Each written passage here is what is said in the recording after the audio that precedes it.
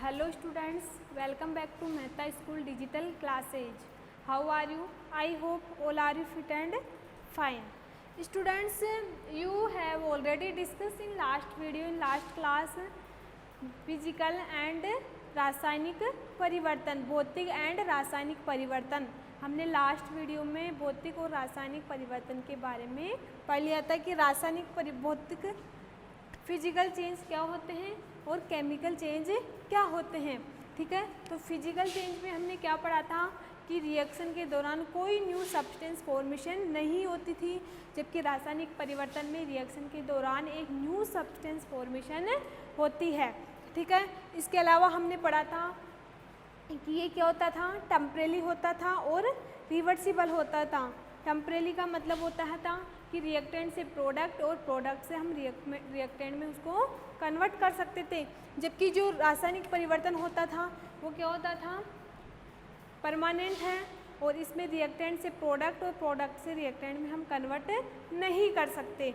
ठीक है, इसके बाद हमने पढ़ा था कि जो फिजिकल चेंज होता था उसमें हीट की रिक्वायरमेंट नहीं होती थी, जबकि इसमें large amount of heat requirement होती थी.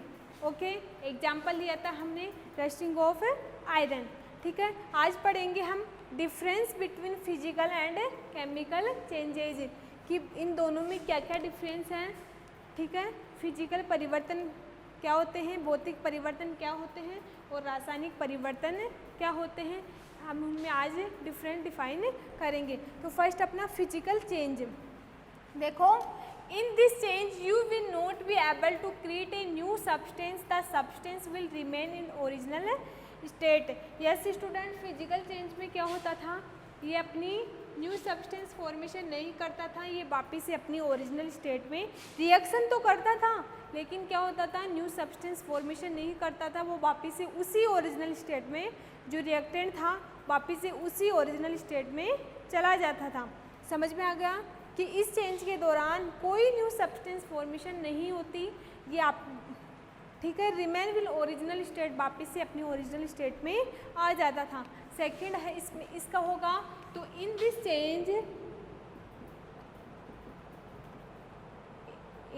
Change you will be able to get a new substance. समझ में आ गया कि फिजिकल परिवर्तन के दौरान तो यह न्यू सब्सटेंस फॉर्मेशन नहीं करता, लेकिन इसमें क्या होता था, रिएक्शन करता था और न्यू सब्सटेंस फॉर्मेशन करता था. दैट इज रिएक्टेंट से किसमें, प्रोडक्ट, और जो प्रोडक्ट बनता था वो एक न्यू सब्सटेंस होता है. समझ में आ गया. ओके, सेकेंड डिफरेंस क्या है, a physical change is a superficial and possibly is reverse. ये क्या होते थे कि इसको हम रिवर्स कर सकते हैं, क्योंकि जो फिजिकल चेंज होता है वो कौन सी रिएक्शन है, रिवर्सिबल रिएक्शन है, टेम्परेरी है, रिएक्टेंट से प्रोडक्ट और प्रोडक्ट से रिएक्टेंट. जिससे हम एग्जाम्पल लेते हैं वाटर. वाटर को हमने क्या किया, वाटर कौन सी फॉर्म में होता है, लिक्विड फॉर्म में. समझ में आ गया. इसको हम क्या करेंगे, फ्रीजिंग करेंगे तो कौन सी फॉर्म में आ जाएगा, आइस फॉर्म में. ठीक है, जो कौन सी फॉर्म होती है, सॉलिड फॉर्म.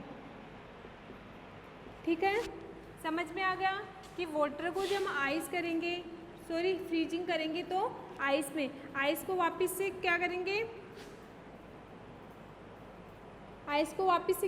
हम हीटिंग, तो कौन सी फॉर्म में हो गई, वाटर. तो that is a reversible reaction, reactant से प्रोडक्ट और प्रोडक्ट से रिएक्टेंट. ये क्या होती है, वाटर की स्टेट होती है. इसी प्रकार क्या होता था, वाटर को हम क्या करें, वाटर को भी हीट करें तो किस में कन्वर्ट होता था, ये वाटर वेपर में, और वाटर वेपर को वापस से कूलिंग करें तो वाटर में, ये गैसियस फॉर्म. तो वाटर की 3 स्टेट हमें ऑब्टेंड प्राप्त होती है, ऑब्टेंड होती है फिजिकल चेंज के दौरान। समझ में आ गया कि वाटर को आइस में, आइस को वाटर में, तो that is a reversible reactions. इसी प्रकार हम देखते हैं केमिकल चेंज। इसमें क्या होता था,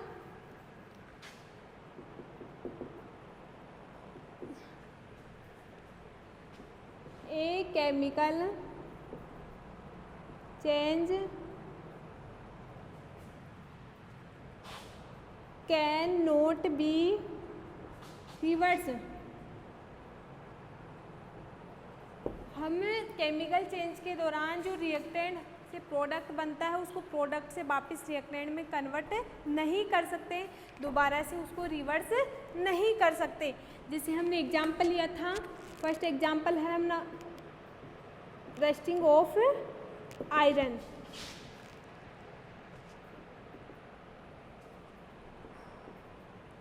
rusting of iron, rusting of iron में क्या होता था, 2 आयरन के मोल होते थे, इसके अलावा ऑक्सीजन एंड वाटर। ये क्या है, रिएक्टेंट। ये रिएक्शन करेंगे तो क्या बनाएंगे, फेरस ऑक्साइड। तो ये क्या बनता था, न्यू सब्सटेंस फॉर्मेशन होती थी। फेरस ऑक्साइड से वापिस हम आयरन, ऑक्सीजन और वाटर के मोल ऑब्टेंड नहीं कर सकते। तो this is A irreversible reactions. समझ में आ गया कि नो न्यू सब्सटेंस फॉर्मेशंस और न्यू सब्सटेंस फॉर्मेशन फॉर्मेट। इस रिएक्शन के ये this is reaction is a reversible reactions.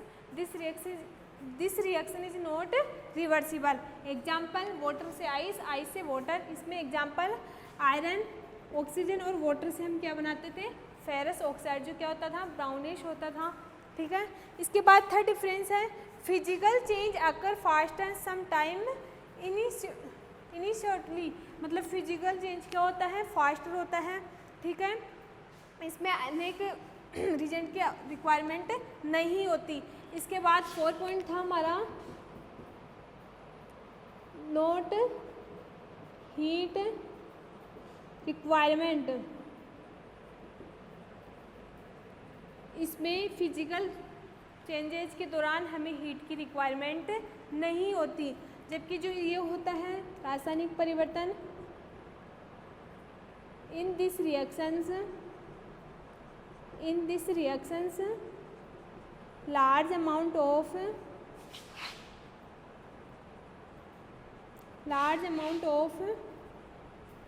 heat absorb, large amount में हीट ऑब्जर्व करते हैं। ठीक है। इसके अलावा इसका 4 पॉइंट है अपना कि this is reaction is a temporary और this reaction is a permanent.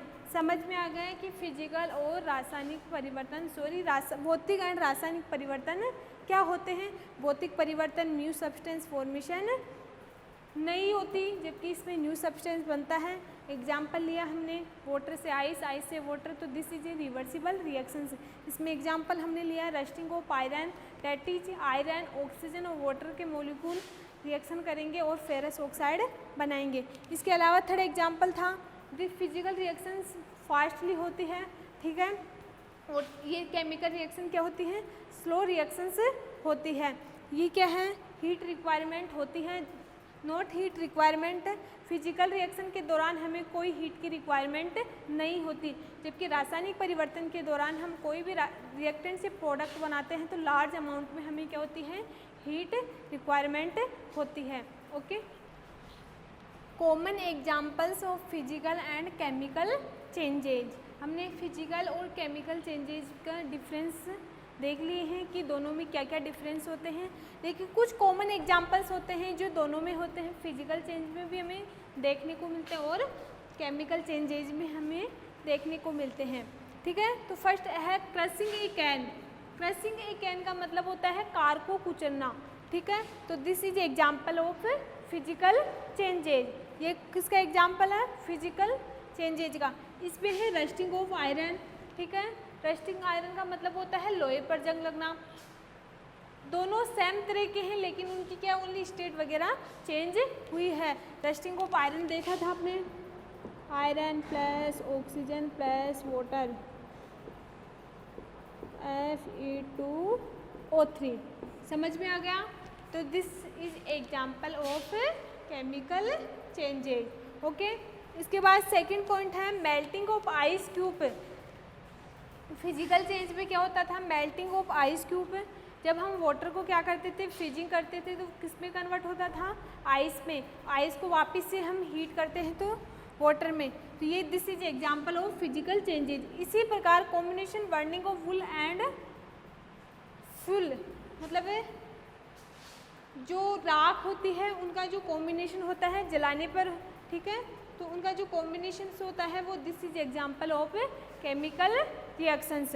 इसके बाद बॉइलिंग वाटर से उबला हुआ पानी, this is example of physical changes. इसी प्रकार कॉमन एग्जांपल हम केमिकल रिएक्शंस में लेते हैं, कुकिंग एन एग, अंडे, उबला हुआ अंडा या पका हुआ अंडा, तो this is example of chemical reactions. Mixing sand and water, physical changes में क्या करते थे हम, वाटर और सैंड को क्या करते थे, मिक्स करते थे, तो हमें क्या देखने को मिलते, फिजिकल भौतिक परिवर्तन उसमें देखने को मिलते थे। जबकि बेकिंग ए केक, जो केक लाते हैं हम उसमें हम क्या करते थे, मिक्स करते थे बेकिंग को, और तो this is example of chemical changes. इसके बाद 5 पॉइंट है डिजोल्विंग शुगर एंड वाटर। जब वाटर और शुगर को डिजोल्व करते हैं तो उसमें हमें भौतिक परिवर्तन देखने को मिलते हैं। इसी प्रकार रूटिंग बनाना, कुछ सड़े हुए बनाना होते हैं, ठीक है, जिनकी स्टेट क्या होती है, चेंज हो जाती है, ठीक है।